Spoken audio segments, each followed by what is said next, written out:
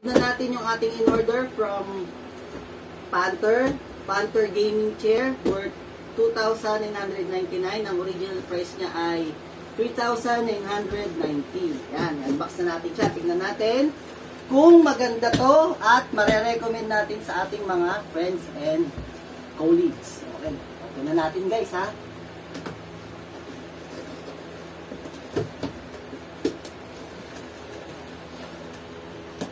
Ayan, bali yung in-order ko pala is color black and red. Kasi ito lang yung nakasale.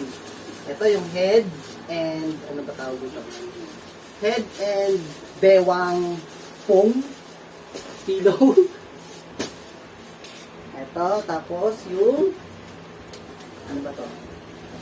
Ito muna. Ang hirap kunin. Ang hirap na kunin. Sige, una, next natin, ito yung pinakamalaking part, yung kanyang back.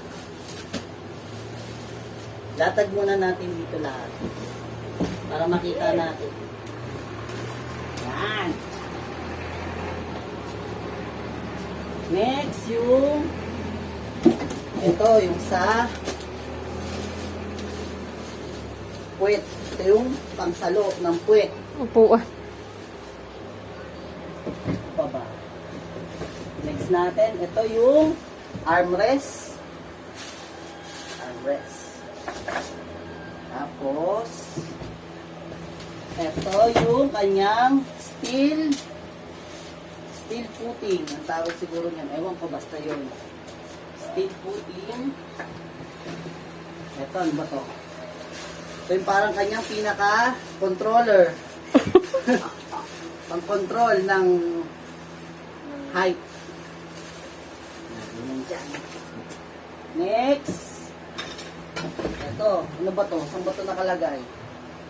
Basta blue plastic bag ay ang kanyang mga paa. Ayun ba ito? Paa tuloy. Gulong. Tapos ito ang kanyang up and down mechanism. Basta hydraulics yata. Ayan, up and down mechanism. Okay, yan na lahat siya.